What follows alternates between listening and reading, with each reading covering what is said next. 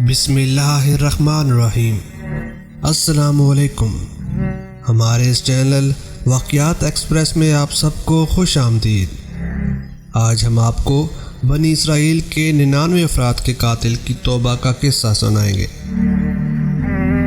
حضور اکرم صلی اللہ علیہ وآلہ وسلم نے اللہ کے ہاں توبہ کی قبولیت سے متعلق صحابہ کرام رضوان اللہ علیہم اجمعین کے سامنے بنی اسرائیل کے ایک قاتل کا نہایت خوبصورت اور ایمان افروز واقعہ بیان فرمایا کہ بنی اسرائیل میں ایک شخص چوری ڈکیتی اور قتل میں بہت مشہور تھا اور نہایت معمولی بات پر کسی کو قتل کر دیتا تھا۔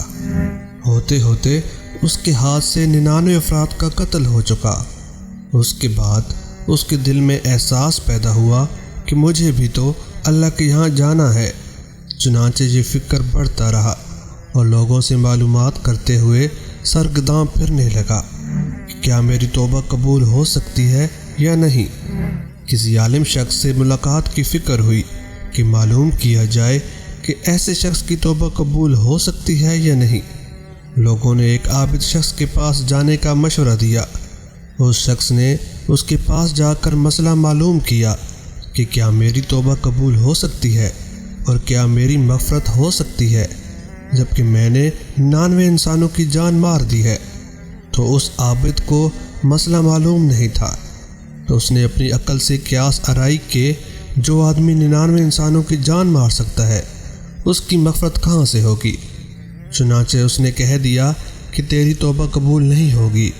تو اس شخص نے غصہ اور جلال میں آ کر اس کو بھی قتل کر کے 100 پورے کر دیے کہ جب میری توبہ قبول نہیں ہوتی تو لاؤ تجھے بھی ختم کر کے 100 پورے کر دیتا ہوں۔ چنانچہ اس نے 100 پورے کر دیے، مگر اس کے دل میں تردد باقی رہا کہ میری مغفرت کی کوئی شکل ضرور ہوگی۔ اس لیے اس نے لوگوں سے پھر معلومات کا سلسلہ جاری کر دیا کہ روئے زمین میں سب سے بڑا عالم کون ہے، اس سے جا کر کے معلوم کروں گا، وہی صحیح مسئلہ بتا سکتا ہے۔ آخر لوگوں نے اس کو بتلایا کہ فلاں جگہ ایک عالم رہتا ہے، اس سے جا کے معلوم کرو۔ چنانچہ اس نے اس عالم صاحب کے پاس جا کر اپنی زندگی کی کارگزاری سنائی اور 100 آدمیوں کو کس طرح سے قتل کیا ہے سارا کارنامہ سنا کر معلوم کیا کہ اب بتلائیے کہ میری توبہ قبول ہو سکتی ہے یا نہیں۔ کیا اللہ کے یہاں مجھ جیسے گناہ گار کے لیے بھی مغفرت کا کوئی خانہ ہے؟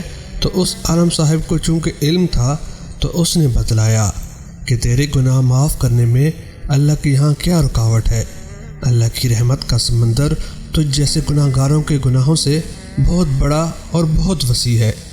چنانچہ اس عالم صاحب نے مشورہ دیا کہ تم فلاں جگہ سفر کر کے جاؤ، وہاں کچھ اللہ کے بندے رہتے ہیں، ان کا مشغلہ صرف اللہ کی عبادت ہے، ان کے ساتھ مل کر اللہ کی عبادت کرو اور نادم ہو کر اپنے گناہوں کی معافی مانگو، انشاءاللہ تمہاری مغفرت ہو جائے گی۔ جب اس شخص نے آدھا راستہ طے کر لیا تو ملک الموت آ گئے اور اس کی موت ہو گئی۔ اب اس کی روح لے جانے کا مسئلہ کھڑا ہوا تو آسمانوں سے رحمت کے فرشتے بھی آئے اور عذاب کے فرشتے بھی۔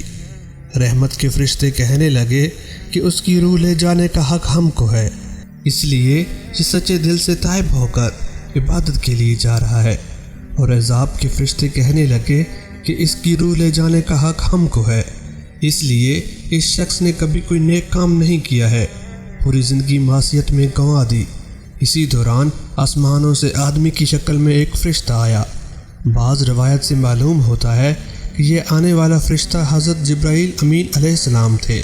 چنانچہ اس فرشتہ نے تشریف لا کر ان دونوں طرح کے فرشتوں کے درمیان یہ فیصلہ کیا کہ دونوں طرف کی مسافت ناپ کر دیکھ لو کہ جہاں سے آ رہا ہے وہاں کی مسافت قریب ہے یا جہاں جا رہا ہے وہاں کی مسافت، لہٰذا جہاں کی مسافت قریب ہو اس شخص کو وہاں والوں میں شمار کر دیا جائے۔ چنانچہ دونوں طرف کی زمین ناپ کر دیکھی گئی تو جہاں جا رہا تھا وہاں کی مسافت جہاں سے آ رہا تھا اس کے مقابل میں صرف 1 بالشت قریب ہے۔ چنانچہ فیصلہ ہوا کہ مقام معصیت سے مقام عبادت صرف 1 بالشت قریب ہے، اس لیے رحمت کے فرشتوں کو اس کی روح لے جانے کا حق ہوگا۔ چنانچہ اللہ کی طرف سے اس کی مغفرت کا اعلان ہو گیا۔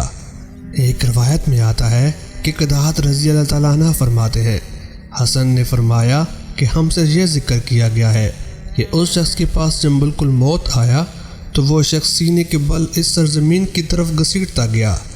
حدیث قدسی میں آتا ہے کہ میں اپنے بندے کے ساتھ اس کے گمان کے مطابق ہوتا ہوں، اور وہ مجھے جہاں بھی یاد کرے میں اس کے ساتھ ہوتا ہوں۔ بخدا اللہ تعالیٰ اپنے بندوں کی توبہ سے اس سے زیادہ خوش ہوتا ہے جتنی خوشی تم میں سے کسی ایسے شخص کو ہوتی ہے جس کا جانور بیاباں میں گم ہو کر پھر اسے مل جائے۔